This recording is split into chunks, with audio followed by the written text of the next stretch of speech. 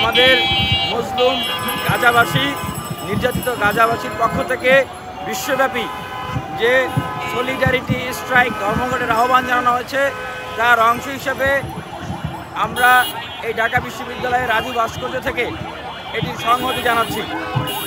এই ইসরায়েল যে যুদ্ধটি করছে সেটি কোনো দেশের সাথে দেশের যুদ্ধ নয়, কারণ ইসরায়েল কোনো দেশ নয়, তারা একটি দখলদার গোষ্ঠী। ইসরায়েল যে যুদ্ধটি করছে সেই যুদ্ধটি কোনো ধর্মের যুদ্ধ নয়, বরং ইসরায়েল যে যুদ্ধটি করছে সেটি হচ্ছে মানবতার সাথে শয়তানের যুদ্ধ, সেটি হচ্ছে মানবতার সাথে এই রাক্ষসের যুদ্ধ। Today we are here expressing the solidarity with the suppressed, depressed Gaza's, our Muslim brothers, our Gaza's people. We express the solidarity and we call to express the solidarity the people across the world who support humanity, who support the civilization, who support the human rights. And we call the humanity, the people of the world. This war is not the war state versus state, because Israel is not a state. They are a captured force. This war is not the war of human versus human. This war is the war of vampire, is the war of devil versus humanity. Israel is vampire, Israel is a devil force. So we call the humanity all over the world. If you possess the humanity, if you are civilized, without discriminating the religion, caste and race, you stand for the people of the Gaza, for the depressed and suppressed people of the Gaza. This is the call, emergency call for the world. ভাই, আপনি রাজু ভাস্কর্যে আজকে আপনাদের এবং service এবং হাসনাত আবদুল্লাহ ভাইয়ের দেখেছি কর্মসূচি সারা বাংলাদেশেই বলেছে যে যেভাবে পারেন রাজপথে নেমে আসুন এই গাজাবাসীর জন্য। আপনাকেও দেখলাম এসেছেন। এই ইসরায়েলকে আজকে আপনি কি বলতে চান যে এই বাংলাদেশের মানুষ কিন্তু প্রত্যেকটা জেলা থেকে প্রত্যেকটা থানা থেকে রাজপথে নেমে এসেছে এই গাজার জন্য। আপনি আজকে গাজার জন্য যেহেতু নেমে এসেছে ইসরায়েলকে এরিয়া থেকে, আপনি কী বার্তা দিতে চান এই টিএসসির মধ্যে? মানবতার সাথে যখন শয়তানের যুদ্ধ হয়, শয়তান সাময়িক সময়ের জন্য হয়তো শক্তির স্বাদ লাভ করে।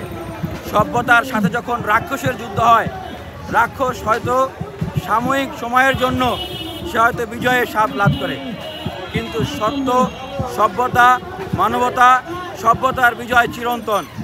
ইসরায়েল নামক রাক্ষস এবং ভ্যাম্পায়ার তারা কখনোই পৃথিবীর বুকে তাদের রাক্ষসী কার্যক্রম, শয়তানি কার্যক্রম জারি রাখতে পারবে না।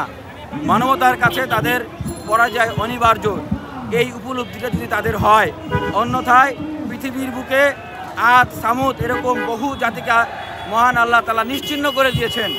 ঠিক এই ইসরায়েল জাতীয় পৃথিবীর বুক থেকে নিশ্চিহ্ন হয়ে যাবে ন্যাচারাল পানিশমেন্টের কারণেই, এবং পৃথিবীবাসীর জন্য একটা শিক্ষা হয়ে থাকবে। নেতানিয়াহুকে আমি এই কথাটি স্মরণ করিয়ে দিচ্ছি। আমরা যেটুকু জানতে পেরেছি এবং আমাদের গণমাধ্যম কর্মী, ডোনাল্ড ট্রাম্প বলেছে এই গাজার যুদ্ধটা শেষ হয়ে যাবে, সে বলেছিল, কিন্তু ক্ষমতা আসার পর কিন্তু দেখা যাচ্ছে আরও বেড়ে গিয়েছে। আর ডোনাল্ড ট্রাম্পকে আজকে আপনি কী বলতে চান? দেখেন, বিশ্ব রাজনীতিতে যেটা হয়, যারা সুপার পাওয়ার থাকে তারা তাদের নেতাগিরি, দাদাগিরি দেখানোর জন্য বিশ্বের কোথাও না কোথাও একটা করে যুদ্ধ গণ্ডগোল লাগিয়ে রাখে। এটাই বাস্তবতা। এটার অনেকেই প্রতিবাদ করে, অনেকেই নিজের স্বার্থের জন্য চুপ থাকে।